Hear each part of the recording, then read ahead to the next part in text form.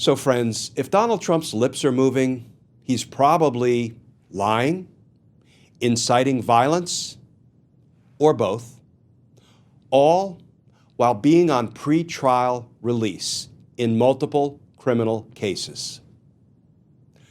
Let's talk about that, because justice matters.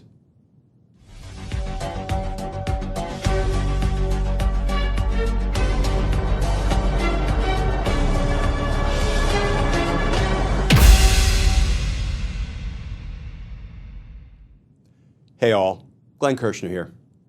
So friends, Donald Trump is the very embodiment of hatred.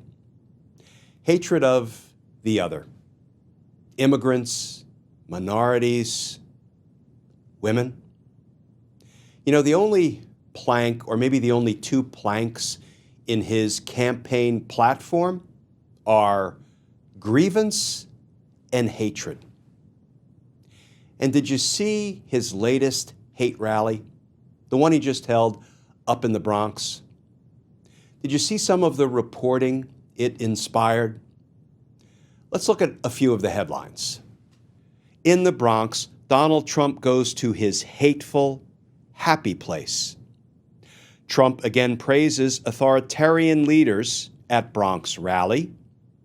Brooklyn rappers accused of murder conspiracy join Donald Trump at Bronx rally.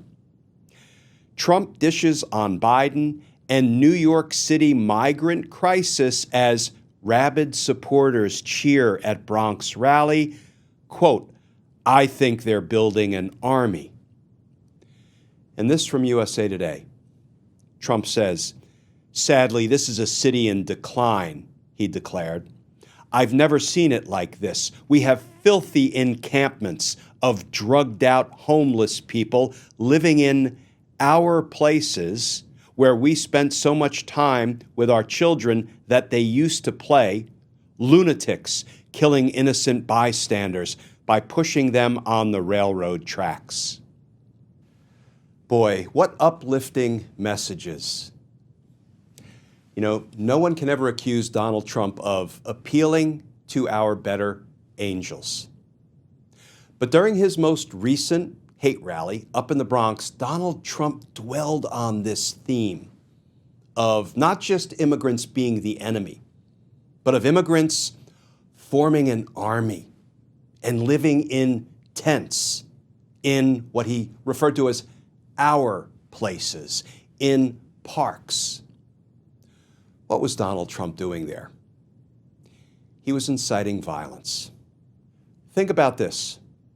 Remember when Donald Trump's mantra was that China sent the coronavirus to America? Remember how he kept mockingly referring to it as the Kung flu? China sent it to America. He equated it really with China attacking America by intentionally sending the Kung flu here to hurt the American people. What did Donald Trump's lies and his dangerous rhetoric do? It inspired violence, and we saw a dramatic rise in hate crimes against Asian Americans. What about January 6th? What did Donald Trump do? He assembled his angry supporters, drew them to D.C. on January 6th by lying to them about their vote being stolen and their election being rigged. And then he told them, "You have to fight like hell or you won't have a country anymore. Now go to the Capitol and stop the certification. Stop the steal." What did he do? He encouraged, he inspired, he incited deadly violence at the U.S. Capitol. And now it's immigrants. Immigrants are forming armies, and they're not just forming armies. They're living in tents in our places. What is Donald Trump doing? He is inspiring and encouraging and inciting violence against anyone who perhaps has fallen on hard times, found himself or herself jobless and homeless, and they have to pitch a tent in a park just to have a place to sleep. What has Donald Trump told his supporters to do? Deal with it. Because, if you're living in tents in our places, you're an immigrant forming an army, and you are out to harm America. And Donald Trump does this over and over and over again, all while being on pretrial release in multiple felony criminal cases. You think Donald Trump poses a danger to the community, to the people in the community, to our democracy? You bet he does. And why I am so frustrated, particularly as a former career prosecutor, is because the law actually has a mechanism to deal with the danger posed by Donald Trump. When you're on pretrial release in a felony case, Donald Trump remains on pretrial release in 4 felony cases, state and federal. Indeed, he's also been found guilty of criminal contempt of court. How many times? 10 times in connection with his New York prosecution in New York. Remember, he could have been confined, imprisoned, incarcerated for 30 days on each count of criminal contempt of court, 300 days.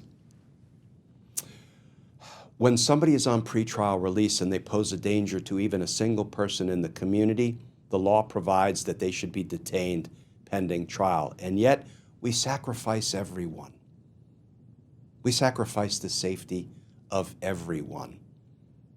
Previously it was members of the Asian American community. It was everybody at the U.S. Capitol on January 6th. It, of course, is now immigrants and homeless folk who may find themselves having to sleep in tents. We sacrifice the safety of everyone, judges and jurors, witnesses and prosecutors and their family members. We sacrifice the safety of everyone to the dangerous, reckless, violence-inducing behavior of one man. But I think we may be about to turn a corner, friends, because a jury in New York is about to hear closing arguments coming up in just a few days now in connection with the criminal prosecution of Donald Trump for interfering in the 2016 presidential election by falsifying business records in violation of New York state law. And I believe that jury, applying its common sense, will see exactly who's responsible for those crimes, who benefited from those crimes, and I believe they will convict Donald Trump and hold him accountable. And then, because I think Judge Merchan appreciates the way all judges, and I would venture to say most of us who spent our lives inside the criminal justice system appreciate, is that in the event of a conviction, if there's no punishment, then the conviction, the trial, has all been for naught. Because if there's no punishment, and punishment looks like incarceration, not probation and not home detention. Home detention is like sentencing somebody to binge watch Netflix and order DoorDash. Heck, that's a vacation for a guy like Donald Trump. It's no kind of punishment. If a conviction comes without consequences, punishment, incarceration, then it has all been for naught, and then there is no deterrent value to the entire endeavor of trying someone and convicting someone. Having a jury of 12, the defendant's peers, a jury of his peers, hold him accountable by finding him guilty. If it comes without punishment, it has all been for naught. And it will not only fail to deter future aspiring dictators like Donald Trump, It will encourage them. It will embolden them. It will give them license, give them permission to do it all over again and then some. But I think that maybe we are about to turn a corner, and Donald Trump is about to be held accountable for at least some of the crimes he's committed. And that couldn't be more important, and it can't come soon enough. Because justice matters. Friends, as always, please stay safe, please stay tuned, and I look forward to talking with you all again tomorrow.